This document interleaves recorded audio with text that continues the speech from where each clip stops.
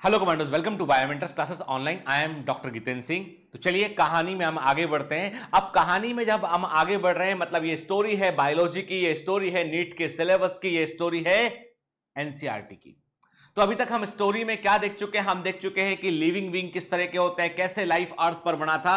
तो कहानी की शुरुआत हमने बिल्कुल बेसिक से की थी और हमने ये भी देखा था कि कैसे लाइफ का फॉर्मेशन हुआ है, कैसे फर्स्ट सेल बने हैं, फिर लिविंग बीइंग के कैरेक्टरिस्टिक क्या होते हैं। तो मैंने क्या कहा था? मैंने आपसे कहा था कि द लिविंग वर्ल्ड चैप्टर को आधा कर हम छोड़ देंगे, बाकी बचा हुआ हिस्सा उसका हम टैक्सोनॉमी के साथ में जब वर्गीकरण पढ़ेंगे तब हम उसको पहले पूरा करेंगे, फिर टैक्सोनॉमी में हम इंटर करेंगे। ठीक है, तो ऐसा मत सोचना कि सर छोड़ छोड़ के पढ़ाएंगे। मैं छोड़ छोड़ के नहीं पढ़ाऊंगा, हर चैप्टर को मैं जो है वो जो है फ्रॉम बेसिक से लेके एडवांस लेवल तक कवर करूंगा।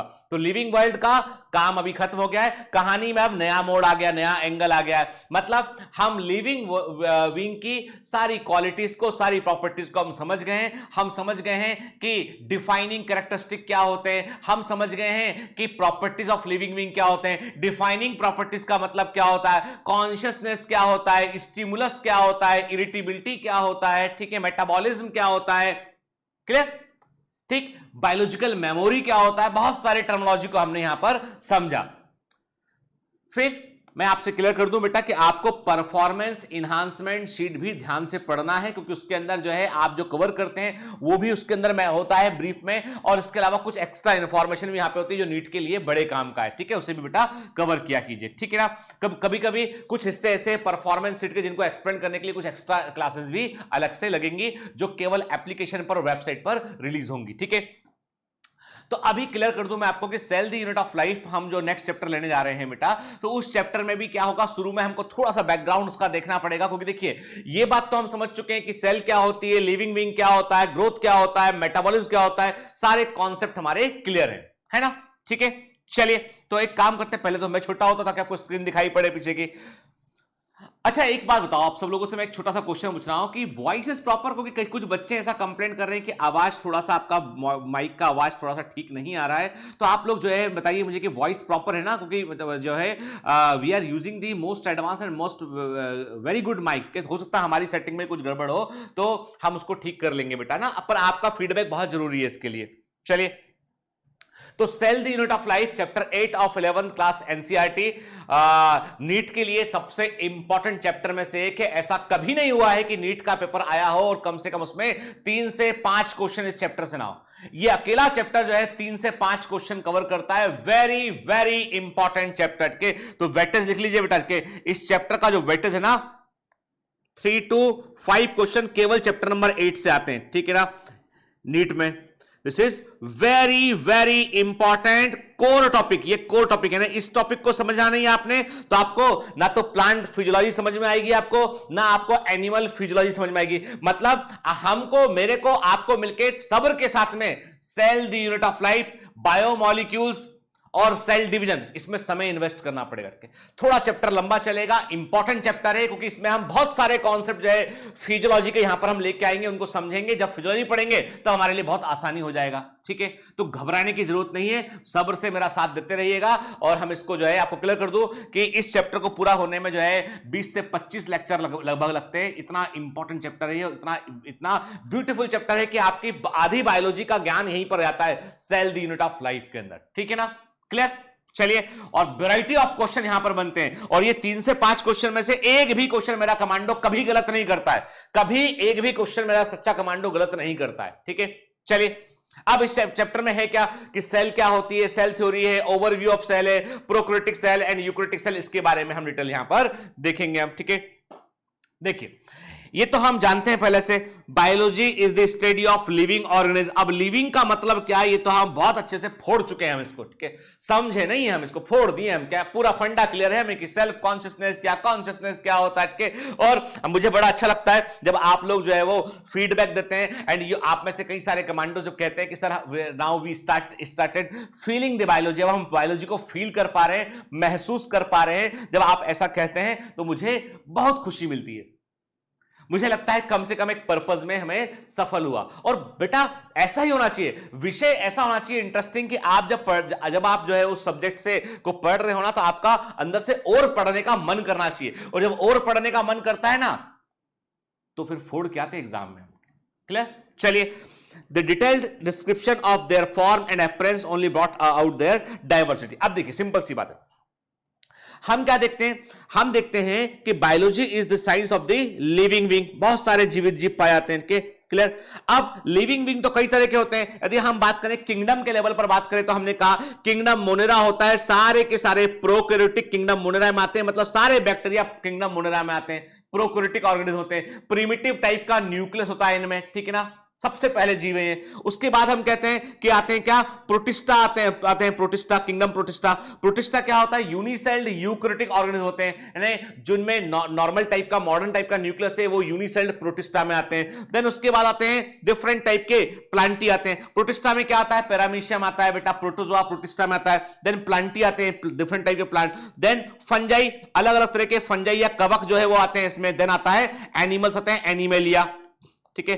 5 किंगडम होते हैं, ये पांचों किंगडम, तो मतलब ये है कि हमारी अर्थ पर जो है वो यदि आप देखें तो जीवित जीवों को हमने अपनी सुविधा के लिए लिविंग ऑर्गेनिज्म को 5 किंगडम में बांट दिया है, मोनेरा, प्रोटिस्टा, प्लांटी, फंजाई और एनिमेलिया, ठीक है। और यहां से हम बात करते हैं बैक्टीरिया। बैक्टीरिया कई तरह के होते हैं, सुनते जाओ, बैक्टीरिया कई तरह के होते हैं, आर्की बैक्टीरिया होते हैं, साइनो बैक्टीरिया होते हैं, यू बैक्टीरिया होते हैं, मतलब बैक्टीरिया की भी कैटेगरी होगी। फिर आर्की बैक्टीरिया कई तरह के होते हैं, मीथेनोजन होते हैं, थर्मो एसिडोफिल्स होते हैं, हेलोफिल्स होते हैं। फिर आते हैं प्रोटिस्टा पे, प्रोटिस्टा कई तरह के होते हैं, स्लाइम मोल्ड प्रोटिस्टा होते हैं, प्रोटोजोआ प्रोटिस्टा होते हैं, इनके क्राइसोफाइट प्रोटिस्टा होते हैं, इनके डायटम्स प्रोटिस्टा होते हैं, मतलब उसकी भी लंबी वैरायटी, लंबी लिस्ट है। प्लांटी पे आते हैं तो प्लांटी में क्या है, एल्गी प्लांट होते हैं, इनके ब्रायोफाइटा प्लांट होते हैं, टेरिडोफाइटा प्लांट होते हैं, जिम्नोस्पर्म प्लांट होते हैं, एंजियोस्पर्म प्लांट होते हैं। फिर एंजियोस्पर्म पे आते हैं तो मोनोकॉट होते हैं, डाइकॉट होते हैं, कई कई फैमिली होती है उनकी। फिर आते हैं फंजाई पे, फंजाई भी कई तरह की होती है, एस्कोमाइसिटिस होती है, बेसिडोमाइसिटिस होती है। आप बोलोगे सर ये कैसे लिखे हम, आप तो बोलते चले जा रहे हो लगातार लगातार लिस्ट है सर। नहीं, what I am going to, मैं इस बात पे आपको कन्विंस करने की कोशिश कर रहा हूं कि बॉस जीवित जीव बहुत तरह के हैं, बहुतेरे हैं, इतने तरह के हैं, ग्रेट डाइवर्सिटी इन लाइफ, के लाइफ में विभिन्न प्रकार की डाइवर्सिटी प्रेजेंट है। आप देख सकते हैं यहां पे आपको तस्वीर में जो है वो एक इंडिकेटिव फोटोग्राफ दिखाया आपको कि there is great diversity of life in the living world, के जीवित संसार में, इस अर्थ पर great diversity of life present है, के डिफरेंट तरह के फ्लावर्स दिखाई पड़ते हैं, डिफरेंट टाइप के प्लांट्स दिखाई पड़ते हैं, डिफरेंट टाइप के एनिमल्स दिखाई पड़ते हैं। मतलब यह है, ये डाइवर्सिटी माइक्रोस्कोपिक लेवल से लेकर मैक्रोस्कोपिक लेवल तक है, छोटे से लेकर बड़े तक हमको ग्रेट डाइवर्सिटी देखने मिलती है, ठीक है। अब बात आती है डाइवर्सिटी की। बायोलॉजिकल वर्ल्ड में डाइवर्सिटी है तो क्या बोलते हैं, बायोडाइवर्सिटी कहते हैं। बायोलॉजिकल वर्ल्ड में डाइवर्सिटी है तो क्या बोलते हैं, बायोलॉजिकल डाइवर्सिटी बोलते हैं, बायोडाइवर्सिटी बोलते हैं। अब कुछ तारीखें याद कर लो, एग्जाम में आती है, रैंडम क्वेश्चन है, और इन रैंडम क्वेश्चन को साथ में हम कवर करते हुए चलेंगे। मैं डीपीएस में पूछूंगा भी, मैं टेस्ट में पूछूंगा भी, मैं आपके, समझ गए ना, जो भी टेस्ट होंगे, डीपीएस होंगे, उनमें आपको दूंगा क्वेश्चन मिनट के, तो आपको याद रहना चाहिए। क्योंकि देखो बेटा, आप सोच रहे हो ना एक लंबी लिस्ट लेके बैठ जाओगे, डेट की और याद कर लोगे, तो वो ऐसा कभी नहीं कर पाओगे आप। तो आपको जैसा मैं कह रहा हूं वैसा करते चाहिए आपके। तो 22 ऑफ मई, 22 मई जो है वो international day for biological diversity, के ये बायोडाइवर्सिटी डे होता है, international day for biodiversity 22 of May. Note कर लेना के ना, ऐसे याद कर नहीं रहेगा बेटा, भूल जाएंगे के। 22 of May international day for biological diversity, ठीक है। Then world earth day, world earth day कब होता है बेटा, 22 अप्रैल को, 22 ऑफ अप्रैल को वर्ल्ड अर्थ डे को हम सेलिब्रेट करते हैं, ठीक है, नोट कर लेना। नेक्स्ट वर्ल्ड इन्वायरमेंट डे, अभी निकला, कुछ दिन पहले निकला। वर्ल्ड इन्वायरमेंट डे जून 5 जून, वर्ल्ड इन्वायरमेंट डे, विश्व पर्यावरण दिवस कहते हैं हिंदी में विश्व पर्यावरण दिवस कहते हैं। World environment day 5 of June, ठीक है। वर्ल्ड ओजोन डे,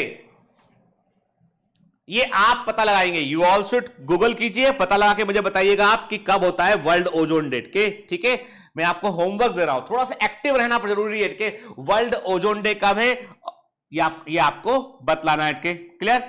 चलिए अब हम क्या देख रहे हैं स्क्रीन पर? स्क्रीन पर हमको तीन तरह के सिस्टम दिखाई पड़ रहे हैं। Why I called system? मैंने आपसे पहले भी कहा है कि लिविंग सेल्स होती हैं, जीवित कोशिकाएं होती हैं, जो लिविंग सेल्स होती है, they are like a system. कोशिका हिंदी में बोलते हैं बेटा सेल को, तो मैं कभी कोशिका बोलता हूं कभी सेल बोलता हूं, तो दोनों मीडियम के बच्चे याद रखा करो। ओके, तो लिविंग सेल्स, जीवित कोशिकाएं जो होती है, they are like a system, वे एक तंत्र के समान होती हैं, because they are dealing with the matter and energy. ये मैटर और एनर्जी से डील करती है। अब आप बोलोगे फिर से फिजिक्स और केमिस्ट्री में क्यों आ रहे हो? एक बार हो गया आपका एंटरटेनमेंट, देख लिया हमने शुरू में बेसिक्स ऑफ बायोलॉजी में, नहीं आना पड़ेगा। और ये जब मैंने बेसिक्स ऑफ बायोलॉजी पढ़ाया था तो आप में से कई लोगों को लगा कि सर फिजिक्स केमिस्ट्री क्यों थोड़ा बता रहे हैं, तो मैं आपको क्लियर कर दूं कि ये मैं अपने मन से नहीं बता रहा था, मैं एनसीईआरटी बताने की कोशिश कर रही थी, तो उस गुत्थी को हमने वहीं सुलझा लिया। ठीक है, चलिए हम आगे बात करेंगे। तो अभी हम क्या देख रहे हैं, हमारे सामने जो है वो तीन तरह की सेल दिखाई पड़ रही है। एक सेल है बेटा एनिमल सेल, एक है प्लांट सेल और एक है बैक्टीरियल सेल। तीनों सेल्स को हमें डिटेल में विस्तार से पढ़ना है। तीनों के एक एक सेल कंपोनेंट जो अंदर दिखाई पड़ रहे हैं आपको, सेल मेम्ब्रेन क्या होता है, ठीक है, राइबोसोम क्या होते हैं, एंडोप्लाज्मिक रेटिकुलम क्या होता है, सेंट्रियोल्स क्या होते हैं, गोल्जी कॉम्प्लेक्स क्या होता है, क्रोमोसोम क्या होता है, ठीक है, हम एक एक हिस्से को बड़े ध्यान से समझते हुए आगे बढ़ेंगे। ठीक, लेकिन हम अभी प्रेजेंट सिनेरियो में क्या देख रहे हैं, हम देख रहे हैं कि अच्छा ठीक है, एक लिविंग ऑर्गेनिज्म है, उसकी बॉडी में कई सारे ऑर्गन सिस्टम है, उस ऑर्गन सिस्टम को बनाने वाले कई सारे ऑर्गन हैं, और उन ऑर्गन को बनाने वाले कई तरह के टिश्यू हैं, और उन टिश्यू को बनाने वाली कई तरह की सेल्स हैं, और सेल के अंदर सेल ऑर्गेनेल्स प्रेजेंट है। सेल के अंदर भी छोटी छोटी इकाइयां प्रेजेंट है, सेल ऑर्गेनेल्स प्रेजेंट है, जो सेल के डिफरेंट डिफरेंट काम कर रहे होते हैं। अब आप बोलोगे सर हमको तो बिल्कुल कभी समझ में ही नहीं आया आज तक कि ये सेल ऑर्गेनेल होते क्या है। अच्छा ये बताओ बेटा, आपका घर है ना, ठीक है, तो आपके जो घर है, तो आपका, मैंने आपसे कहा कि आपका अपना एक हाउस, अपना एक घर है आपका, ठीक है, उस घर में यदि मैं आपसे कहूं, उस घर में क्या, उस घर में कुछ ना कुछ व्यवस्था होती है। क्या होता है आपके घर में? एक होता है लिविंग रूम, ठीक है, एक में सिंपल से मिडिल क्लास के, ठीक है, मैं भी एक मिडिल क्लास व्यक्ति हूं, तो एक सिंपल से मिडिल क्लास हाउस की हम बात करते हैं। उसमें क्या होता है, उसमें एक लिविंग रूम होता है, ठीक है, ठीक है, एक कमरा जहां पे लोग बैठते हैं, बाहर वाले मेहमानों को बिठाते हैं, के एक होता है उसमें बेडरूम होता है, मान लो एक या दो बेडरूम हो गए उसके अंदर के, फिर किचन होता है उसके अंदर, ठीक है ना, ठीक, किचन है उसके अंदर, देन हम कहते हैं कि टॉयलेट्स एंड ये दीस थिंग्स, ठीक है। अब जो हमारा घर है वो क्या हमने अपने घर के कई सारे कंपार्टमेंट बनाए हैं कि नहीं बनाए? आपके घर में कोई यदि आता है तो आपके घर में इमेजिन कीजिए कोई व्यक्ति ऐसा है, कोई जादूगर आपके घर में आया, इमेजिन करना के कोई जादूगर आपके घर में आया हुआ है, मैजिशियन, ग्रेट मैजिशियन, जो सच्ची का जादू करता है। 99.9% जादूगर ट्रिक करते हैं। एक आया कोई विद्वान टाइप का जो सच में जादू कर सकता है, आपके घर में लिविंग रूम में, आपके घर में जो है वो सब कमरे हैं, ठीक है। अब उन कमरों में क्या हो रहा था, एक कमरे में किचन में मम्मी चाय बना रही थी, ठीक है ना, बेडरूम में पापा अखबार पढ़ रहे थे, आराम से लेटे हुए थे वो, ठीक है, जादूगर आपसे मिलने आया हुआ, आप लिविंग रूम में उसके साथ बैठे हैं, ठीक है। फिर दूसरे बेडरूम में आपकी जो है बुआ जी या मौसी जो है वो बैठी हुई कुछ किसी से बात कर रही थी फोन पे, ठीक है। और टॉयलेट के अंदर छोटा वाला भाई गया हुआ था, ठीक है, छोटा वाला भाई टॉयलेट में बैठा हुआ है। जादूगर ने एक चुटकी किया थे, सारी दीवारें घर की गायब हो गई। इमेजिन कीजिए सारी दीवारें घर की गायब हो गई, ठक ठक ठक ठक सारी वॉल गायब। क्या हुआ, अब क्या दिख रहा है आपको? अरे छोटा भाई चिल्लाया, कौन है ये, कौन है, क्या दीवार उठा दी मेरे टॉयलेट की? पापा बोले कि दीवारें कहां गई? इमेजिन, अब लिविंग रूम से क्या देख रहे हैं आप? देख रहे हैं सब कुछ सामने ओपन दिखाई पड़ रहा है, ये किचन, ये बेडरूम, कुछ बचा ही नहीं, पार्टीशन ही खत्म हो गया पूरा।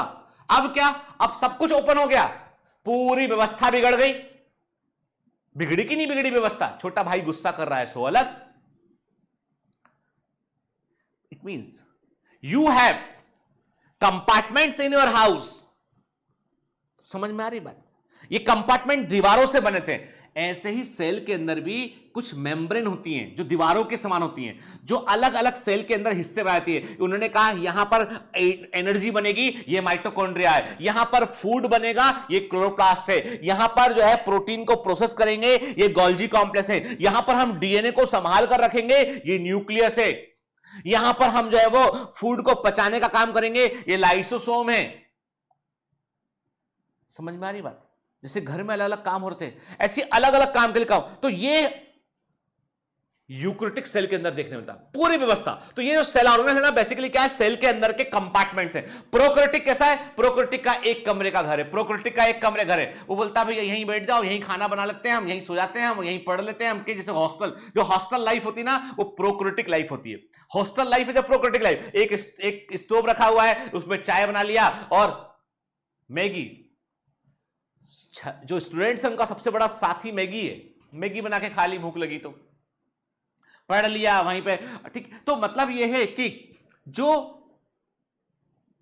हॉस्टलर्स का रूम है वो बेसिकली क्या है, वो प्रोकैरियोटिक सेल के समान है, सारी व्यवस्था वहीं है ओपन में, कोई अलग अलग कंपार्टमेंट नहीं है ना। तो समझ लीजिए, तो ये सब चीजों को हम आगे विस्तार से देखेंगे। तो अभी तो हमने कहा इतना सा कि आपके दिमाग में एक इमेजिनेशन रहना चाहिए कि अच्छा सेल के अंदर, मैंने बोला सेल ऑर्गेनाइज मतलब सेल के अंदर का एक कमरा है, ये एक कंपार्टमेंट है जो मेम्ब्रेन से घिरा हुआ है। There may be some things, जैसे राइबोसोम में मेम्ब्रेन नहीं होती है, हम आगे बात करेंगे उसके बारे में। अभी हमने इतना बोल दिया कि there are several cell organelles present inside this cell, ठीक है। और हर एक सेल ऑर्गेनेल जो है उसका अपना एक केमिकल कंपोजिशन है, अपना उसका एक रासायनिक संगठन है, और वही उसकी स्पेशलिटी है, वही उसकी स्पेशलिटी है कि घर में जो कमरे हैं सभी कमरे ही होते हैं। किचन भी एक कमरा ही हो गया, टॉयलेट भी एक कमरा हो गया, बेडरूम भी एक कमरा हो गया, लिविंग रूम भी एक कमरा हो गया। हर एक कमरे की व्यवस्था अलग अलग है। लिविंग रूम में सोफे रखे हुए हैं आपने, बेडरूम में बेड रखा हुआ है आपने, किचन में खाना पकाने का सामान रखा हुआ है, ठीक है। तो कहने का मतलब यह है कि ऐसा तो नहीं कि आपने कि बेडरूम आपने जो है वो किचन का सामान ला के रख दिया आपने जो है टॉयलेट में, और आपने बेडरूम को उठाया आपने रख दिया वहां पे, सोफा रख दिया किचन में जाके आपने, ऐसा तो नहीं किया आपने। पूरी व्यवस्था आपने सिस्टमेटिक बनाई हुई है। सेल भी ऐसी करती है, अपना अपना एक कंपोजिशन बना के रखती है वो, क्लियर। ये मैं बिल्कुल बेसिक लेवल से बता रहा हूं कि यू शुड इमेजिन कि सेल हमारे घर के समान है, कुछ अलग नहीं है। वो जो हमारे घर में वही सेल के अंदर हटके, हमसे आगे भी बात करेंगे इस बारे में, क्या ठीक। तो हम क्या कहते हैं, a single unit and the source of life cell, a cell of which there are trillions in the human body is the smallest functional unit of life. very very important thing कि जो हमारी human body में trillions of cell होती है, कि बड़ी संख्या में अरबों खरबों सेल्स हमारी बॉडी में प्रेजेंट हैं, ठीक है। और it is the smallest functional unit of life, के ये जीवन की सबसे छोटी क्रियाशील इकाई होती है, ठीक है। A tiny living structure, it sweeps information, सूचनाओं को लेता है, प्रोटीन को बनाता है, ठीक है। And it produces new cell, नई सेल्स को बनाता है, जेनेटिक इंफॉर्मेशन को जो है इनहेरिट करता है, ठीक है। और बेसिकली याद रखिएगा, और ऐसी स्पेशलाइज्ड टाइप की सेल्स मिलकर टिश्यू को बनाती है। मतलब cell is the ultimate functional unit and it is the structural unit also.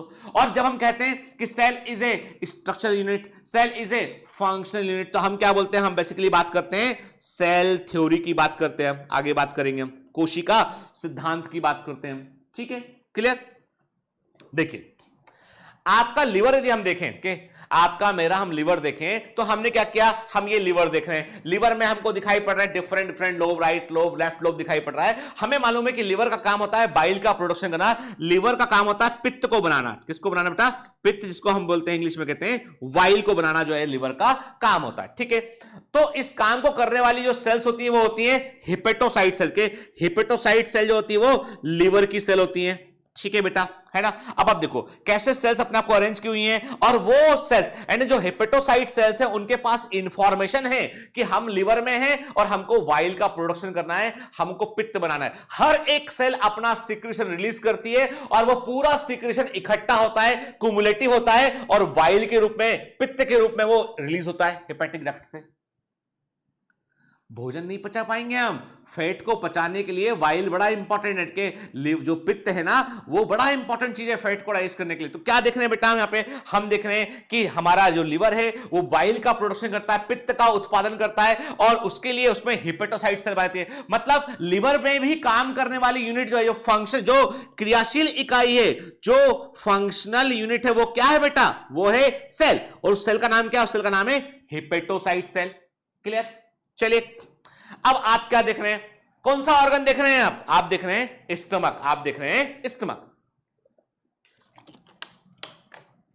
ठीक है। स्टमक में क्या दिखाई पड़ रहा है आपको, आपको डिफरेंट लेयर दिखाई पड़ रहे हैं। अब एक काम करते हैं हम, स्टमक में हमें मालूम है कि स्टमक में एसिड रिलीज होता है, याद है ना, तभी कोई कोई एसिडिटी, जब वो एसिड ज्यादा रिलीज होता है हम बोलते हैं एसिडिटी का प्रॉब्लम हो गया, है ना। मैं कह रहा हूं आपसे कि जैसे ही हम ह्यूमन फिजियोलॉजी पढ़कर खत्म करेंगे, आपको बहुत सारी मेडिकल टर्मिनोलॉजी, बहुत सारा नॉलेज आपको हो जाएगा, ठीक है। Even you can read the report, ये मैं कह रहा हूं, आप कोई ब्लड का रिपोर्ट भी आप पढ़ पाएंगे आप, ठीक है। मतलब मैं इतना नहीं कि मैं आपको मेडिकल क्या यही पढ़ा दूंगा, मैं आपको केवल बेसिक्स बताऊंगा और उस बेसिक्स के आधार पर आप चीजों को इंटरप्रेट कर पाएंगे, ठीक है। वही तो बायोलॉजी है यार, वही तो फील करने की बात है, ठीक है। अभी क्या देख रहे हैं हम, देख रहे हैं स्टमक में एसिड बनता है। अब स्टमक में एसिड बनाने वाली सेल क्या है, स्टमक के अंदर गैस्ट्रिक म्यूकोसा होता है, अंदर वाली जो लेयर होती है उसमें डिफरेंट टाइप की सेल बनाती है, गैस्ट्रिक ग्लैंड में डिफरेंट टाइप की सेल्स होती हैं। तो जैसे मैंने आपसे कहा कि यहां पर पैराइटल सेल, जिनको हम बोलते हैं ऑक्जेंट, जिनको हम ऑक्जेंटिक सेल बोलते हैं, ऑक्जेंटिक सेल बोलते हैं, ऑक्जेंटिक सेल्स भी कहते हैं, ये सेल जो है वो HCl को रिलीज करती है, हाइड्रोक्लोरिक एसिड को रिलीज करती है। पैराइटल सेल जो है वो स्टमक के लिए हाइड्रोक्लोरिक एसिड को रिलीज करती है। चीफ सेल जो होती है वो एंजाइम पेप्सिनोजन को रिलीज करती है, प्रो एंजाइम पेप्सिनोजन को रिलीज करती है। मतलब गैस्ट्रिक ग्लैंड जो है उसमें भी अलग अलग तरह की सेल है, काम बटे हुए हैं इन सेल्स के, किस सेल को क्या रिलीज करना है, ये काम भी बटा हुआ है। मतलब दे ऑल्सो नो कि इनको डिवीजन ऑफ लेबर का मतलब मालूम है, मतलब कार्य का श्रम विभाजन सेल जानती है, समझ, मतलब cell is having the ability to process the information कि मुझे क्या काम करना है, किस लिए काम करना है, सेल को यह पता होता है, ठीक है। अब एनसीईआरटी में वापस आए हम, it is the cell theory that emphasise the unity underlying this diversity of form. अभी हम चैप्टर के शुरुआती इंट्रो के अंदर ही है एनसीईआरटी के। It is the cell theory, कोशिका। अब आप बोलोगे सर सेल थ्योरी बोले तो क्या, cell is the structural and functional unit of all living being, के सभी जीवित जीवों की क्रियात्मक और संरचनात्मक इकाई कोशिका होती है, सेल होती है। ये है बेटा cell theory. Cell theory is the structural and functional unit of all living being. Cell theory क्या होती है, cell is the structural and functional unit of all living being. कोशिका प्रत्येक जीवित जीव की क्रियात्मक और संरचनात्मक इकाई होती है, ठीक है ना। मतलब यह है कि सभी जीवित जीवों में आपको सेलुलर ऑर्गेनाइजेशन देखने मिलेगा। और याद है आपको, हमने इसको डिफाइनिंग प्रॉपर्टी भी कहा था, हमने इसको डिफाइनिंग प्रॉपर्टी भी कहा था। हमने कहा था कि सेल एक कंपार्टमेंट के समान है जिसके अंदर मेटाबॉलिक प्रोसेस ऑपरेट हो रहे होते हैं और मेटाबॉलिज्म ही सेल को जीवित रखा होता है। और कोई भी जीवित व्यक्ति में आपको जीवित कोशिकाएं या सेल्स देखने मिलेंगी जो उसके सेलुलर ऑर्गेनाइजेशन का हिस्सा होती है, ठीक है। Cell theory also created a sense of mystery. अब देखो ये क्या बोलना चाहता है कि मैंने आपको बताया कि सेल्स कैन रिसीव इंफॉर्मेशन, कोशिकाएं सेल्स सूचनाओं को ले सकती है। Cell can give the information, सूचनाओं को दे सकती है। मतलब they are able to communicate with each other, cells आपस में एक दूसरे से कम्युनिकेट कर सकती है, ठीक है। मतलब they can sense their environment, they can take the information. मतलब आप सोचिए ना कि एक हार्मोन निकलता है कहां से, एक thyroid stimulating hormone, thyroid stimulating hormone TSH निकलता है ब्रेन के पिट्यूटरी ग्लैंड से, यानी जो ब्रेन में हमारे इस ब्रेन में जो पिट्यूटरी ग्लैंड है उससे निकलता है TSH। आके काम कहां करता है, थायराइड ग्लैंड पे आके काम करता है। थायरॉक्सिन निकलता है, पूरी बॉडी में मेटाबॉलिज्म को बढ़ाता है वो, ठीक है। अब हम बात करते हैं एड्रेनल कॉर्टिकोट्रॉफिक हार्मोन कहां से निकलता है, ब्रेन के पिट्यूटरी ग्लैंड से निकलता है। एड्रेनल ग्लैंड पे काम करता है और एड्रेनल ग्लैंड के सिक्रेशन को वो बढ़ाता है। कहने का मतलब ये है कि आप सोचिए हार्मोन कहीं और से निकल रहा है, सेल कहीं और है, तो उनके बीच में ब्लड के थ्रू केमिकल जा रहा है, उस केमिकल में यानी वो इंफॉर्मेशन कई सारी, एक हार्मोन जब ब्लड में निकलता है ना तो वो हार्मोन की इंफॉर्मेशन हर सेल के पास जाती है। जैसे एक डाकिया है, ध्यान से, एक डाकिया पोस्टमैन, डाकिया वर्ड आपने बहुत दिनों बाद सुना होगा, हिंदी है शुद्ध, ठीक है। एक पोस्टमैन है, या पोस्टमैन भी चलिए आप बहुत रेयर हो गया धीमे धीमे, हमने कहा एक कुरियर वाला, ठीक है। कुरियर वालों का आपने अमेजॉन से आपने एक ऑर्डर किया, अमेजॉन से आपने एक ऑर्डर किया कि एक अच्छी सी बुक मंगाते हैं, ठीक है ना। आपने अमेजॉन से कुछ ऑर्डर किया आपने, ठीक, और मान लो आपने कहा कि चलो origin of species Charles Darwin की बुक मंगा के देखते हैं, आपने अमेजॉन से बुक ऑर्डर की। अब आपका एड्रेस अमेजॉन वाले के पास में है, वो बुक 2 दिन 3 दिन बाद बुक आपके घर में आके होम डिलीवर हो गई। जब आपने देखा कि अमेजॉन वाला जो व्यक्ति है उसके पास जो बड़ा सा बैग है उसमें कई सारा सामान है उसके पास, लेकिन उसने सारा सामान आपको लाके नहीं दे दिया, वो लेके सामान आपके घर तक आया, लेकिन जो आपके पते का सामान था आपको दे दिया। फिर मान लो आपके पड़ोस में रहता है पिंटू ने मोबाइल फोन मंगाया कि आज तो मैं बड़ा खुश हूं, मेरा मोबाइल फोन आने वाला है। ओप्पो का मोबाइल फोन लूंगा मैं, ठीक है, या रियलमी, रेडमी, भगवान जाने बहुत सारी कंपनियां हैं के, तो उसने कहा कि ये वाला फोन लूंगा, तो उसका डब्बा अमेजॉन वाले ने कहा भैया ये पता बाजू में देखा, हाँ ठीक है आपका बॉक्स ये, फिर बाजू में रहती है पिंकी, पिंकी ने भी कुछ सामान मंगाया था, तो उसने सामान को मिक्स नहीं किया कि उसने कहा एक जगह रख के चला, नहीं, उसने सबको डिलीवर किया। जब जो ब्लड है वो भी उस कुरियर वाले के समान है, ब्लड में डाल दिए सारे हार्मोन, अब वो पहुंच रहा सब जगह पे। तुम थायराइड हो, ये ले लो थायराइड स्टिमुलेटिंग हार्मोन, तुम एड्रेनल ग्लैंड हो, ये ले लो एड्रेनोकॉर्टिकोट्रोपिक हार्मोन। अलग अलग जगह पे अलग अलग उसने डिस्ट्रीब्यूट कर दी चिट्ठियां, और अब थायराइड ग्लैंड ने लिखा अच्छा ये आया हुआ है हमारे पास में लेटर कि थोड़ा थायरॉक्सिन और बनाओ, ठीक है बॉस, बढ़ाओ रे प्रोडक्शन, T3 का T4 का बढ़ा दो T3 T4 बढ़ने लगे, T6 ने बढ़ा दिया। मतलब cells can communicate with each other. मजा है कि नहीं? जो हमारी जिंदगी में हम जैसे कम्युनिकेट कर रहे हैं, बॉडी वैसी कम्युनिकेट कर रही है, और बॉडी ऐसी कोई गलती नहीं करती है, इतना इफिशिएंट वे में कम्युनिकेट करती है कि यदि गलती कर दे तो एक बीमारी, एक समस्या आई बात समझ। मतलब हम कहते हैं कि सेल्स जो होती हैं दे हैव सर्टेन काइंड। अब आपको बता दूं एक और चीज है, अभी हाल ही में सुनिए बात को, पहले चैप्टर को अंदर से फील कीजिए कि आप पढ़ने क्या जा रहे हैं। क्या आप बोलोगे सर बांच दो इसको मैं लिख लूंगा, तो एनसीईआरटी खोलो भैया, सब लिखा उसके अंदर, रट लो उसको, लाइन से रट लो उसको, कुछ नहीं होने वाला, ठीक है। आपको यदि बायोलॉजी में फोड़ के आना है तो you should feel biology from inside, कि आपको एक एक फंडा क्लियर होना चाहिए। अब मैं क्लियर कर दूं आपको कि जैसे अभी क्या है, अभी कैंसर का इलाज तो है नहीं है कोई, कैंसर में भी कीमोथेरेपी करते हैं और अभी तमाम तरह के रेडिएशन का इस्तेमाल करते हैं। मुझे अच्छे ध्यान है कि मैं दिसंबर की बात है या नवंबर 2019 में मैं गया था दुबई, और दुबई में जो है वहां पर एक इंटरनेशनल कॉन्फ्रेंस थी। वहां पर मेरे को मिले एक डॉक्टर मिले मुझे, जो कुवैत के अंदर एक दुनिया का सबसे फेमस जो है वो एक न्यूट्रिशनल थेरेपी सेंटर चलाते हैं वो। उसमें कुछ नहीं, उसमें कोई दवा नहीं जाती, उसमें व्यक्ति के डाइट को मॉडिफाई करते हैं वो, और वहां पर उससे वो कैंसर का इलाज कर रहे हैं। आपको सुन के बड़ा अजीब लगेगा कि सर कैसी बातें कर रहे हो, बाबा रामदेव का योगा तो अच्छी बात है कि आप उनकी बातें ऐसी भी मानने लगे। नहीं बेटा, it is not about any बाबा और any kind of Ayush advice, it is about the science. आप पिछले 5 साल में गौर से मेरी बात मैं कह रहा हूं, मैंने आपको नोबेल प्राइज का पूरा एक लिस्ट दिया हुआ है, किसमें, बायोलॉजी के बुकलेट नंबर 1 में।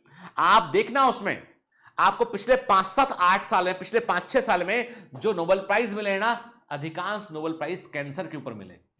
ऑटोफेजी के बारे में बताया, ठीक है, सेलुलर इम्यूनिटी के बारे में बताया, सेल एपोप्टोसिस के बारे में बताया, ठीक है। मतलब यह है कि हमारी बॉडी, आपने कभी सुना है कि अक्सर जैसे हम देखें कि जो इस्लाम है, इस्लाम में क्या होता है, रोजा का एक वो है कि रोजा सुबह सूर्य उदय के पहले जो भी उनका टाइम होता है उस समय से कुछ ना पानी पिएंगे ना कुछ खाएंगे, और जो है रात को फिर जो है वो शाम को जब सूर्य जब टाइम होगा तब वो कुछ खाते हैं, ठीक है। बाकी दिन भर भूखे रहते हैं, ना भोजन लेते हैं ना पानी लेते हैं। इसे कहते हैं साइंस में ड्राई इंटरमिटेंट फास्टिंग कहते हैं। मेडिकल रिसर्च बतलाती है कि ड्राई इंटरमिटेंट फास्टिंग जो है वो आपकी इम्यून ऐसी सेल्स को एक्टिवेट करती है, जो सेल्स उन सेल्स को खा जाती हैं जो एक्स्ट्रा सेल्स हैं, जो कैंसरस सेल में बदलने वाली सेल उन्हें वो खा जाती हैं। मुझे नहीं मालूम, I am not connecting this with the religion, I am connecting with the fasting. Jain में देखो आप, जैनियों में भी पर्यूषण पर्व होता है। मुझे देखो पर्व का नाम मैं गलत बोल सकता हूं बेटा, क्योंकि मैं बहुत ज्यादा जो है डिटेल में से मैं रिलीजन के बारे में ज्यादा पढ़ता नहीं इसलिए, लेकिन मैं उसकी साइंटिफिक बातें ध्यान रखता हूं। तो जैन लोग भी क्या करते हैं, वो भी लंबा लंबा उपवास रखते हैं। आप देखेंगे तो जो हिंदू फेस्टिवल है नव दुर्गा की बात है, तो 9 दिन व्यक्ति उपवास रखता है, ठीक है। ये बात अलग है कि उपवास में लोग बहुत ज्यादा खाने लगे आजकल, लेकिन टेक्निकली हम ट्रूली सच्चे उपवास की बात करें हम, तो उपवास का प्रोविजन तो हर रिलीजन में, कोई भी रिलीजन ऐसा नहीं यहां पे उपवास का प्रोविजन ना हो, फास्टिंग का प्रोविजन ना हो। कोई ना कोई ऐसा इवेंट बतला देंगे आपको कि भैया इस इवेंट के चलते इतने दिन तक ये नहीं खाना तुम्हें। क्लियर है ना? आपको पता है कि एक ये इससे क्या क्या निष्कर्ष निकलता है? मतलब ये कि फास्टिंग से बॉडी में कुछ ऐसे परिवर्तन होते हैं जिसके चलते जो सेल्स आपके प्रो कैंसर सेल, जो कैंसर सेल में कन्वर्ट हो सकते हैं, जो एक्स्ट्रा सेल्स है उनको बॉडी उनसे उनकी ऑटोफेजी करती है, उन्हें पकड़ के खा जाती है। बॉडी के अंदर जो सेल्स हैं, हेल्दी सेल, इम्यून सेल्स खा जाती है और उससे एनर्जी निकाल लेती है। तो जो सेल्स कैंसरस सेल बन सकते थे, जो सेल्स एक्स्ट्रा थे, जो सेल बॉडी को नुकसान पहुंचाने वाले मेटाबॉलिक केमिकल रखे थे, उनको डिस्ट्रॉय कर दिया गया। ऑटोफेजी कहते हैं। Autophagy is a new way to treat cancer. और मैं कह रहा हूं आपसे अगले 5 सालों में कैंसर का इलाज होगा और वो इम्यूनोथेरेपी के थ्रू होगा, ऑटोफेजी के थ्रू होगा। कैसे? There are be some certain kind of courses कि जिस कोर्सेस के चलते कुछ फिलर केमिकल देंगे, व्यक्ति की बॉडी भूखी रहेगी, दिमाग को लगेगा कि फूड मिला हुआ है। ऑटोफेजी, तो वो जो उनका कुवैत में सेंटर है वहां पे वो यही करते हैं कि वो ऑटोफेजी का, तो बताते हैं कि 3-4 दिन बाद आदमी बोलता है कि ये यहां से बाहर निकालो हमको के, लेकिन जैसे 5-7 दिन होते हैं तो उन्होंने खुद, जो सेंटर के जो मुझे डॉक्टर मिले, सीनियर डॉक्टर, उन्होंने खुद अपनी वाइफ का कैंसर ट्रीट किया हुआ है, जिसको डॉक्टर ने हाथ खड़े करके कहा था कि ये नहीं ठीक हो सकता है, अब ये 3 महीने के लिए बची केवल। ये घटना 4-5 साल पुरानी है। उन्होंने जो है ठीक किया, अभी उनकी वाइफ बढ़िया हेल्दी है, नेगेटिव है कैंसर के लिए।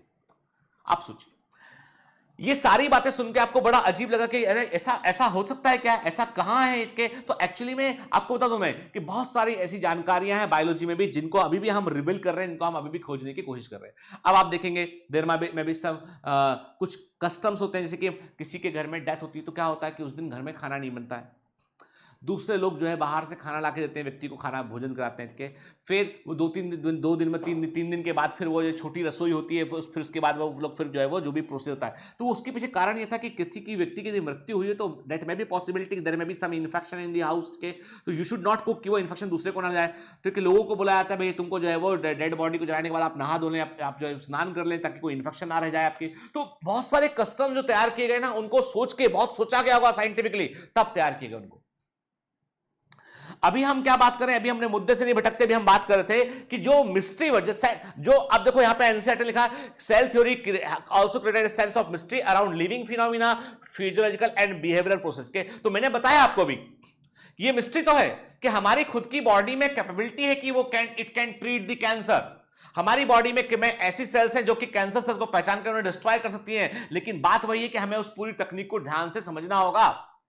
अभी हमने क्या किया, मॉडर्नाइजेशन के चलते हमने फूड को रिफाइंड कर दिया, हमने बहुत सारी चीजें बदल दी हमने अपनी डाइट में, जिसके चलते हमें बहुत खामियाजा भुगतना पड़ रहा है। आपको कभी बताऊंगा मैं कि होमो सैपियंस और जो निएंडरथल में बड़ा भारी ब्रेन का भी फर्क रहा है, सोचने का भी फर्क रहा है। क्रो-मैग्नन में क्या था हम कभी बात करेंगे, अभी हम ह्यूमन इवोल्यूशन में यहां बात नहीं करते हैं, पर इतना एक बात समझ लीजिए अच्छे से कि पूरी बायोलॉजी इंटरकनेक्टेड है। मैंने क्या बोला आपसे, मैंने आपको जो एग्जांपल दिया वो एग्जांपल एनसीईआरटी के इस वर्ड को एक्सप्लेन कर रहा है, सेंस ऑफ मिस्ट्री, कि सेल्स का बिहेवियर प्रोसेस कैसा होता है, सेल्स का फिजियोलॉजी डिफरेंट तरह का होता है। क्या this mystery was the requirement of the integrity of the cellular organisation for living phenomena to be demonstrated and observed. के मतलब आज हम जीवन में तमाम तरह की घटनाओं को, जीवन की तमाम तरह की फिजियोलॉजी को समझने की हम कोशिश करते हैं, और सारा कुछ जो है वो घूमता है सेल के एस्पेक्ट के। And finally it depends upon the behaviour of the cell. आपका इम्यून सिस्टम कैसे काम करता है, थ्रू सेल्स काम करता है। आपका नर्वस सिस्टम कैसे काम करता है, थ्रू सेल्स काम करता है। आपका एक्सक्रीटरी सिस्टम कैसे काम करता है, थ्रू सेल्स काम करता है। Everything is cell. नेफ्रॉन का बिहेवियर न्यूरॉन से अलग है, न्यूरॉन का बिहेवियर हेपेटोसाइट से अलग है, और हेपेटोसाइट का बिहेवियर जो है वाइट ब्लड कार्पसेल से अलग है, और डब्ल्यूबीसी से आरबीसी का बिहेवियर अलग है। ठीक। In studying and understanding the physiological and behavioral process, one can take a physico-chemical approach and use cell-free system to investigate. के अब देखो, फिजिको बोले तो फिजिकल प्रॉपर्टीज की बात आ गई यहां पे, फिजिक्स की बात आ गई यहां पे, केमिकल बोले तो केमिस्ट्री की बात यहां पे आ गई है। ठीक है ना?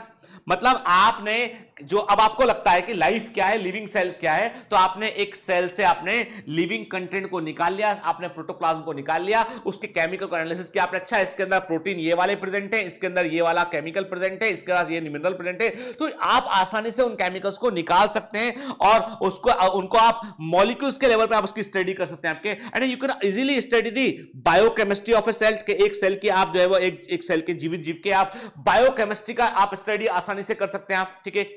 मतलब लिविंग टिश्यू में कौन से कंपाउंड होते हैं, कौन से एलिमेंट होते हैं, सोडियम कितना है, पोटेशियम कितना है, मैग्नीशियम कितना है, क्या कौन सा एलिमेंट कितना मात्रा में प्रेजेंट है, ठीक है, सब आप समझ सकते हैं अच्छे तरीके, और कौन से ऑर्गेनिक कंपाउंड प्रेजेंट, प्रोटीन कितना परसेंट है, कार्बोहाइड्रेट कितना परसेंट है, और ये पढ़ेंगे भी हम आगे,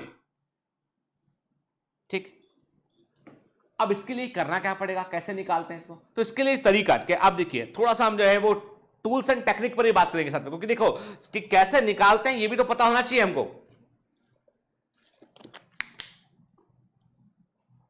हम क्या करते हैं बेटा, हम एक टेक्निक इस्तेमाल करते हैं सेल फ्रैक्शनेशन के, कोशिका या सेल उसको फ्रेगमेंट्स में कन्वर्ट कर देना, तोड़ देना सोच के, बेसिकली एक प्रोसेस है। और सबसे सिंपल इस प्रोसेस में क्या करते हैं हम, सेल के डिफरेंट सेलुलर कंपोनेंट को हम निकाल देते हैं हमके, it is a process used to separate cellular components while preserving individual function of each component के। हम सेल को ऐसे तोड़ते हैं कि माइटोकॉन्ड्रिया अलग निकल जाए, क्लोरोप्लास्ट अलग निकल जाए, उसके सेल के कंपोनेंट जो है वो काम करते रहे पर अलग निकल जाए वो, ताकि हम उनको समझ पाए कि उनका केमिकल कंपोजिशन क्या होता है, ठीक है। This is a method that was originally used to demonstrate the cellular location of various biochemical process, ठीक है। तो ये सेल्स अलग अलग कौन सा सेल ऑर्गेनल में क्या क्या सेट ऑफ केमिकल प्रेजेंट है, किस तरह की रिएक्शन हो रही है, उसको समझने के लिए हम इस मेथड का यूज करते हैं। क्या करते हैं इसमें, हम एक टेस्ट ट्यूब में सेल्स को या टिश्यू को लेते हैं, ठीक है, और उसको लेने के बाद क्या किया हमने सेल्स को टिश्यू को लिया और उसको हमने जो है एक मशीन में डाला हमने, और उस मशीन में क्या था, टेस्ट ट्यूब को हम बड़ी तेजी से घुमाते हैं। सेंट्रीफ्यूज मशीन का हम इस्तेमाल जनरली करते हैं, कई बार हम क्या करते हैं सिंपल ग्राइंडर भी यूज करते हैं। तो हमने क्या किया, हमने इस सेल्स से टिश्यू को लिया, हमने जो है वो इसको हमने जोर से घुमाया, तो इसके अंदर सेल्स के अंदर के जो कंपोनेंट थे वो टूटने लगे, तो एक फ्लूइड बन गया, एक मीडियम बन गया, इसको हमने क्या बोला, होमोजेनेट बोला हमने। और होमोजेनेट को क्या किया हमने, फिर इस पर हमने सेंट्रीफ्यूगल फोर्स अप्लाई किया हमने, तो उससे क्या हुआ, कंपोनेंट अपने वजन, अपनी डेंसिटी, हम बोलेंगे वेट, या अपनी डेंसिटी के अनुसार जो है वो अलग अलग हो गए। आप बोलोगे सर ये तो समझ में नहीं आया, आपके सामने हम ऐसे सिर हिला दे कि आया, लेकिन हमको समझ में नहीं आया। अच्छा एक काम करते हैं, ठीक है, एक काम करते हैं, 3 सेम साइज की बॉल लेते हैं हम, ठीक है।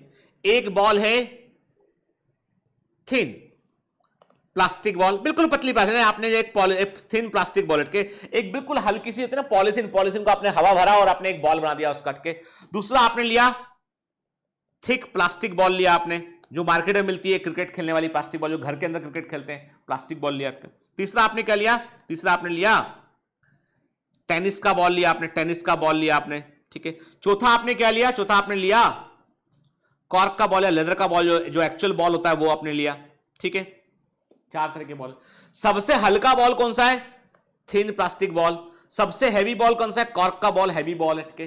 अब इन चारों बॉल को मैं आपसे बोलूं कि जोर से पूरी ताकत से दूर तक फेंको, तो जो हल्का वाला प्लास्टिक का बॉल है ना वो दूर तक नहीं जाएगा बेटा, वो तुम फेंक के देख लो उसको, तुम फेंकोगे यहीं पास में आके गिर जाएगा वो। थोड़ा प्लास्टिक का मोटा वाला प्लास्टिक का बॉल होगा दूर तक जाएगा, टेनिस का बॉल और दूर जाएगा, और लेदर का कॉर्क का बॉल सबसे अधिक दूर जाएगा। हैवी पार्टिकल जैसे आपने फोर्स लगाया तो हैवी पार्टिकल वो दूर तक जाएगा वो, वही होता है कि जब आप एक सिस्टम पे, मीडियम पे आप उसको सेंट्रीफ्यूगल फोर्स लगाते हैं तो हैवी पार्टिकल पहले मूव करता है, पहले मूव कर गया वो, लाइटर पार्टिकल बाद में मूव करता है। तो वो अपने आपको डेंसिटी के अनुसार अपने आपको वो अरेंज कर लेते हैं, क्लियर। हम आगे और भी बात करेंगे इसके ऊपर बेटा, अभी हम इतना समझ गए कि सेंट्रीफ्यूगल फोर्स का को अप्लाई करते हैं और इनको हम अलग अलग करते हैं। इसको हम डिफरेंशियल सेंट्रीफ्यूगल कहते हैं डिफरेंशियल सेंट्रीफ्यूगेशन कहते हैं, और फिर अलग अलग कंपोनेंट को निकाल के उसकी हम स्टडी कर लेते हैं, ठीक है ना। देखिए आप क्या किया, सेल्स को लिया हमने, टिश्यूज को लिया और उसको हमने जो इसको हमने होमोजेनेट किया, उसको होमोजेनेट का, फिर होमोजेनेट को हमने डिफरेंशियल सेंट्रीफ्यूगेशन में जो इसको हमने 15 मिनट तक रखा। हमने देखा हमने कि सबसे पहले जो है वो न्यूक्लियस और सेल के टुकड़े बाहर नीचे सेडिमेंट हो गए, ठीक है। फिर दोबारा हमने उसको थोड़ा 60 मिनट के लिए रखा हमने। अब देखा हमने कि माइटोकॉन्ड्रिया क्लोरोप्लास्ट निकल गए। फिर उसको हमने फिर 3 घंटे के लिए रखा हमने। फिर देखा हमने कि उसमें जो है वो मेम्ब्रेन के टुकड़े, इंटरनल मेम्ब्रेन, वो सब निकल गए इसमें, ठीक है। तो कहने का मतलब ये कि आप लगातार आप स्पीड बढ़ा रहे हैं, टाइम बढ़ा रहे हैं और धीमे धीमे सबसे पहले सबसे भारी पार्टिकल अलग हो जाएंगे, सबसे आखिर में सबसे हल्के पार्टिकल अलग होंगे, ठीक है ना। This is the cell fractionation and centrifugation technique जिसका इस्तेमाल करते हैं। एनसीईआरटी मत पलटो, एनसीईआरटी में नहीं है एनसीईआरटी में, लेकिन मालूम होना चाहिए सेल की स्टडी कैसे करते हैं, ठीक है। अब आप में से बहुत सारे ज्ञानी लोग वैसे भी बोलते हैं, बुरा मत मानना, कई लोग देते हैं सर केवल एनसीईआरटी पढ़ाइए ना। तो देखो ऐसा है कि कुछ लोग नीट एक्सपर्ट भले ही होंगे, पर सच बात यह है कि नीट की एक्चुअल रिक्वायरमेंट जो है एग्जाम की, वो है understanding, better understanding of the syllabus, ठीक है। तो जो मैं पढ़ा रहा हूं उस पर आपको अक्षरश आंख बंद करके आपको भरोसा करना है बेटा, तो ही आपको मिलेगा, ठीक है। द्रोणाचार्य से अर्जुन ने कभी नहीं पूछा था कि क्या मैं बड़ा धनुर्धर बन जाऊंगा। एकलव्य ने मूर्ति लगा के सीखा तब भी बड़ा धनुर्धर बन गया, उठ के याद रखिए, ठीक है। आप मेरे अर्जुन हैं, समझ गए। जो बच्चे, मैंने कहा ना आप मेरे शिष्य हैं, आपको वैसे ही महान महान शिष्य बनना है आपको, के तो जाहिर सी बात है कि आपको एक बात फंडा समझना पड़ेगा आपको कि जो बता रहे हैं उसको दिमाग में रखना है आपको, क्योंकि ये काम आएगा। आप देखेंगे, खुद देखेंगे आप, ठीक है। मुझे बोलने की जरूरत नहीं पड़ेगी, आप खुद एमसीक्यू बुक देखेंगे, आपको लगेगा कि हाँ सर ने पढ़ाया है, क्वेश्चन एग्जाम में आते हैं ऐसे क्वेश्चन, ठीक है। In the next stage one can ask the question. अब इतना सब समझने के, सुनने के, समझने के बाद क्या क्वेश्चन आता है, what are this compound doing inside cell. अब सेल के अंदर प्रोटीन क्या काम कर रहा है, कार्बोहाइड्रेट क्या काम कर रहा है, डीएनए क्या काम कर रहा है, आरएनए क्या काम कर रहा है,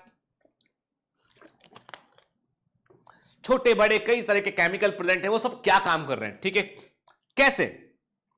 कैसे सेल डाइजेस्ट कर पाती है, कैसे सेल एक्सक्रीट कर पाती है, कैसे सेल अपनी बायोलॉजिकल मेमोरी रख पाती है, कैसे सेल जो है रिकॉग्नाइज कर पाती है, कैसे सेल अपने आप को डिफेंड कर पाती है, ये सारे के सारे फंक्शन जो है वो ऑपरेट कैसे होते हैं सेल के लेवल पर, ऑपरेट कैसे होते हैं टिश्यू के लेवल पर, ऑपरेट कैसे होते हैं ऑर्गन के लेवल पर, और ऑपरेट कैसे होते हैं ऑर्गेनिज्म के लेवल पर, ये भी समझने वाली बात है, ठीक है। फिर What is the molecular base of the all physiological process के, यानी फोटोसिंथेसिस फाइनली क्या है, मॉलिक्यूल के लेवल पर होने वाली प्रोसेस है, के रेस्पिरेशन क्या है, अगेन मॉलिक्यूल के लेवल पर होने वाली प्रोसेस है। तो इसको भी समझने की जरूरत है हमको, ठीक है, clear.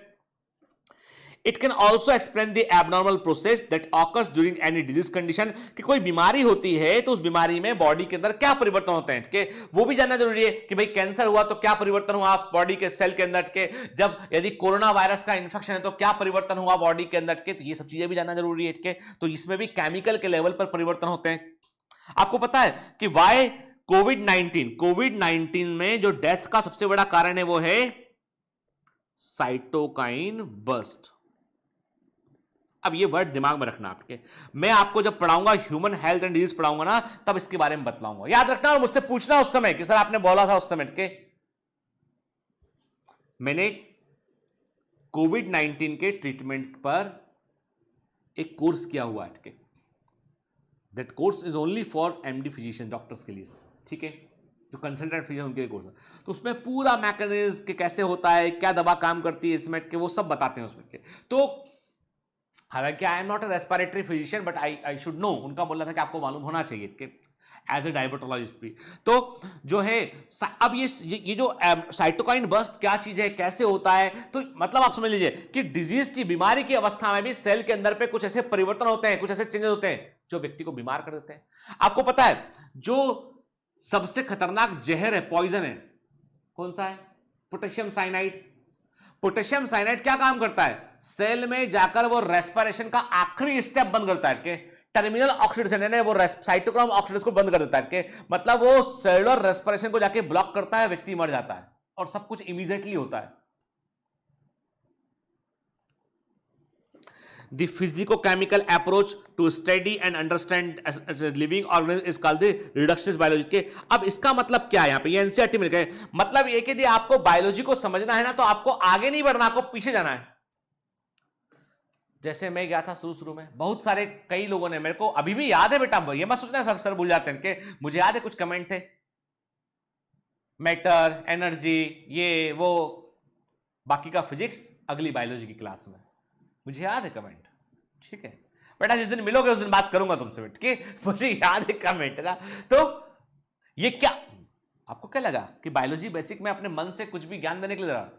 I am talking about this thing, reductionist वाले। वो कह रहे हैं आपसे एनसीईआरटी में साफ साफ, ये if you want to learn biology, आपको उल्टा जाना पड़ेगा, आपको सेल से सेल ऑर्गेनेल में जाना पड़ेगा, सेल ऑर्गेनेल से आपको कॉम्प्लेक्स मॉलिक्यूल में जाना पड़ेगा, कॉम्प्लेक्स मॉलिक्यूल से आपको सिंपलर मॉलिक्यूल में जाना पड़ेगा, और तब जाके मालूम चलेगी कि असली कहानी क्या है। ठीक है, the concepts and techniques of physics and chemistry are applied to understand biology. ठीक है, यस, ये है बेसिक्स ऑफ बायोलॉजी। आई बात समझ में? आई बात समझ में कि कहानी कहां शुरू हुई थी बेटा? ऐसा नहीं है ना?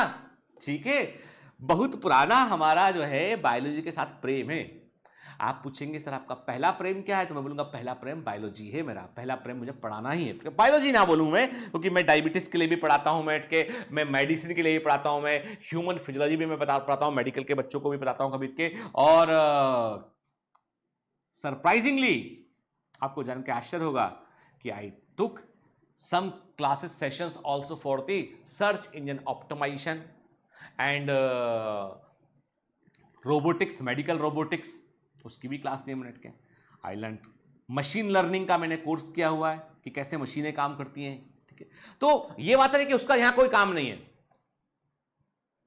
अब बात इतनी सी है कि जब मैं आपको फिजिक्स और केमिस्ट्री के फंडे बता रहा था उस समय, तो लग रहा था थोड़ा सा कि ये मतलब ये टाइम पास टाइप का लेक्चर ऐसा लग रहा था कि, लेकिन आपको अब बात समझ में आई कि ये एनसीईआरटी है। ये देखो लोगो लगा है कि the concept and technique of physics and chemistry are applied to understand biology. ये मैं नहीं कह रहा हूं, ये एनसीईआरटी कह रही है। क्लियर? ठीक है, मतलब ये है कि रिडक्शनिस्ट अप्रोच का मतलब है उल्टे चलो भैया, सेल से सेल कंपोनेंट की ओर, कंपोनेंट से मॉलिक्यूल्स की ओर, मॉलिक्यूल से एटम्स की ओर, और समझो कि एटॉमिक लेवल पे क्या हो रहा है, मॉलिक्यूल्स के लेवल पर क्या हो रहा है, कॉम्प्लेक्स मॉलिक्यूल कैसे बिहेव कर रहे हैं, कौन से बॉन्ड हो रहे हैं।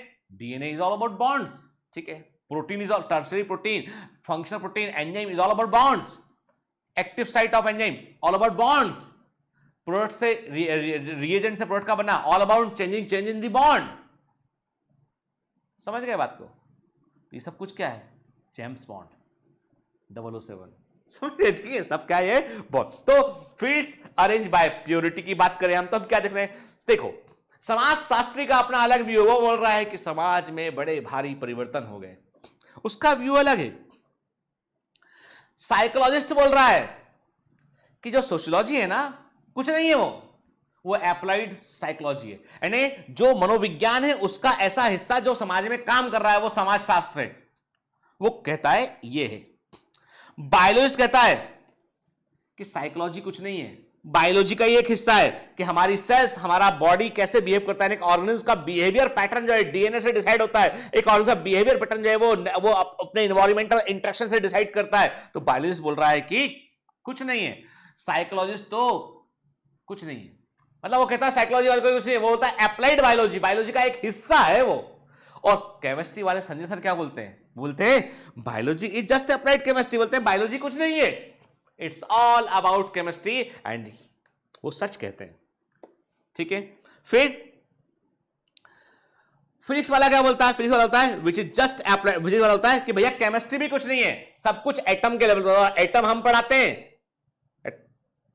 न्यूट्रॉन, प्रोटॉन, इलेक्ट्रॉन के, ये सब फिजिक्स, थर्मोडायनामिक्स जो है तुम पढ़ते हो, वो फिजिक्स के अंदर भी है। और फिजिक्स ही काम कर रहा होता है matter and energy, everything is that. Matter में तुम्हारा सब आ गया, मॉलिक्यूल मॉलिक्यूल पूरा केमिस्ट्री आ गया मैटर में, और एनर्जी डाला हमने तो काम हो गया। ठीक है, फिर मैथमेटिशियन दूर खड़ा है, दूर कहीं खड़ा है, वो बोलता है भैया तुम में से कोई भी मेरे साथ क्यों नहीं है? वो प्योर, वो बिल्कुल प्योर है ना, वो अपना अलग गणित लगा रहा है मैथमेटिक्स वाला। 2 + 2 4, 4 + 4 8। कोई मतलब नहीं कि जीवन में क्या चल रहा है, क्या आसपास घट रहा है, कौन सा कॉस्मिक इवेंट हो रहा है। 2 + 2 4, ये है। मैं मैथमेटिक्स का महत्व कम नहीं कर रहा हूं, मैथमेटिक्स नहीं समझ में आएगा तो फिजिक्स समझ में नहीं आएगी, और फिजिक्स समझ में नहीं आएगी तो केमिस्ट्री समझ में नहीं आएगी, केमिस्ट्री समझ में नहीं आएगी तो बायोलॉजी समझ में नहीं आएगी। ये एडवांस लेवल की बात कर रहे हैं, आप तो बोल रहा उल्टा है, हमको तो बायोलॉजी समझ में आती है, फिर केमिस्ट्री आती है, सबसे कम तो फिजिक्स आती है, तो हम क्या उल्टे दिशा में चल रहे हैं? तो मैंने कहा बेटा जिस दिन आपकी फिजिक्स अच्छी हो जाएगी ना, तो आपके बाकी 2 सब्जेक्ट पे ऐसा कमांड होगा आपका, क्या फोड़ के आप एग्जाम में आएंगे आप। इसलिए बेसिक मैथमेटिक्स का लेक्चर मिस मत किया करो, ठीक है ना। चलिए, तो एक काम करते हैं कि अभी तो बात को जो है हम जो है अभी अपनी बात को हम यहीं खत्म करते हैं, क्योंकि लेक्चर लंबा हो जाता है तो हमारे वो बोलते हैं कि शेड्यूल आगे पीछे बढ़ जाता है, तो इसलिए अभी बात को हम यहीं खत्म करते हैं और नेक्स्ट क्लास में यहीं से इसी पॉइंट से बात उठाएंगे हम आगे, है ना। क्योंकि स्टोरी मैंने कहा ना आपसे, आपके अंदर एक ऐसा परिवर्तन मैं चाहता हूं बेटा कि जब आप अकेले भी बैठे हो ना, तो आप किताब को पलटने लगे। आपके अंदर मैं ऐसा परिवर्तन चाहता हूं कि आपको अगले लेक्चर का और पढ़ने का आपको इंतजार रहे, आपको पढ़ना आपको बोझ ना लगे, आपको ये मैं चाहता हूं। और जिसमें ये परिवर्तन हो गया ना बेटा, उसको टॉपर बनने से कोई नहीं रोक सकता है, उसे टॉपर बनने से कोई नहीं रोक सकता है। All the best.